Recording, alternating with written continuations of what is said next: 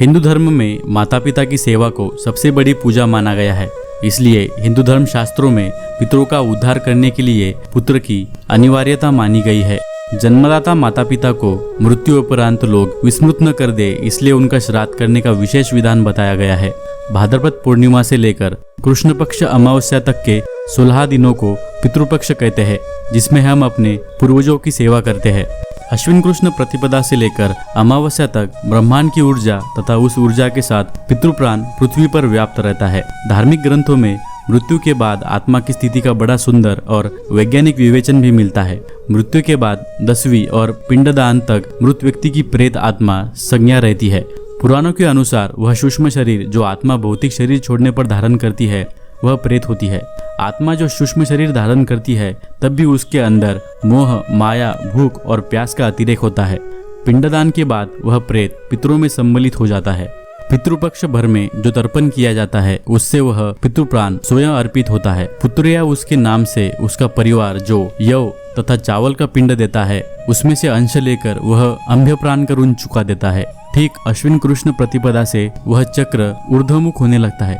15 दिन अपना भाग लेकर शुक्ल पक्ष की प्रतिपदा से पितर उसकी ब्रह्मांडीय ऊर्जा के साथ वापस चले जाते हैं, इसलिए इसको पितृपक्ष कहते हैं। और इसी पक्ष में श्राद्ध करने से पितरों को मोक्ष प्राप्त होता है। पुराणों में कई कथाएं इस उपलक्ष्य को लेकर प्रचलित है, जिसमें से कर्ण के पुनर्जन्म की कथा बहुत प्रचलित है। और हिंदू धर्म में सर्वमान्य श्री रामचरितमानस में भी श्री राम के द्वारा दशरथ और जटायु को गोदावरी नदी पर जलांजलि देने का भी उल्लेख है। नमस्कार दोस्तों, और हिंदू सत्व में आपका स्वागत है। भारतीय धर्म ग्रंथों के अनुसार मनुष्य पर 3 प्रकार के ऋण प्रमुख माने गए हैं: पितृ ऋण, देव ऋण तथा ऋषि ऋण। इनमें पितृ ऋण सर्वोपरि माना गया है। पितृ ऋण में पिता के अतिरिक्त माता तथा सब बुजुर्ग भी सम्मिलित है, जिन्होंने हमें अपना जीवन धारण करने तथा उसका विकास करने में सहयोग दिया है। पितृपक्ष में हिंदू लोग मन, कर्म एवं वाणी से संयम का जीवन जीते हैं। पितरों को स्मरण करके जल चढ़ाते हैं, निर्धनों एवं ब्राह्मणों को दान देते हैं। पितृपक्ष में प्रत्येक परिवार में मृत माता पिता का श्राद्ध किया जाता है, परंतु गया श्राद्ध का विशेष महत्व है। वैसे तो इसका भी शास्त्रीय समय निश्चित है, परंतु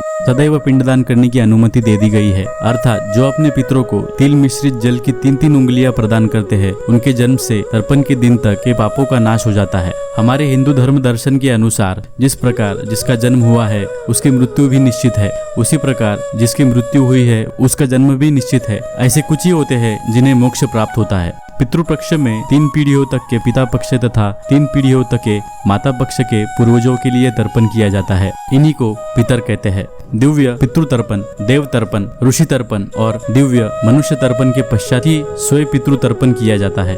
भाद्रपद पूर्णिमा से अश्विन कृष्ण पक्ष अमावस्या तक के 16 दिनों को पितृपक्ष कहते हैं। जिस तिथि को माता पिता का देहांत होता है उसी तिथि को पितृपक्ष में उनका श्राद्ध किया जाता है। शास्त्रों के अनुसार पितृपक्ष में अपने पितरों के निमित्त जो अपनी शक्ति सामर्थ्य के अनुरूप शास्त्र विधि से श्रद्धापूर्वक श्राद्ध करता है उसके सकल मनोरथ सिद्ध हो जाते हैं और घर परिवार तथा व्यवसाय में हमेशा उन्नति होती है। पितृदोष के अनेक कारण होते हैं। परिवार में किसी की अकाल मृत्यु हो जाना, अपने माता पिता आदि सम्मानीय जनों का अपमान करने से, मरने के बाद माता पिता का उचित ढंग से क्रियाक्रम और श्राद्ध नहीं करने से, उनके निमित्त वार्षिक श्राद्ध आदि न करने से पितरों को दोष लगता है। इसके फलस्वरूप परिवार में अशांति, वंशवृद्धि में रुकावट, आकस्मिक बीमारी, संकट, धन में बरकत न होना, सारी सुख सुविधाएं होते हुए भी मन असंतुष्ट होना आदि पितृदोष हो सकते हैं। यदि परिवार में किसी सदस्य की अकाल मृत्यु हुई हो तो पितृदोष के निवारण के लिए शास्त्रीय विधि के अनुसार उसकी आत्मा शांति के लिए किसी पवित्र तीर्थ स्थान पर श्राद्ध करवाए। अपने माता पिता तथा अन्य ज्येष्ठ जनों का अपमान न करे।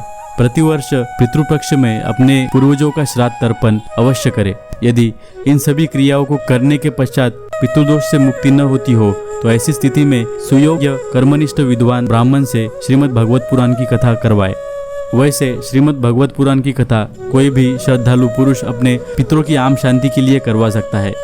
इससे विशेष पुण्य फल की प्राप्ति होती है।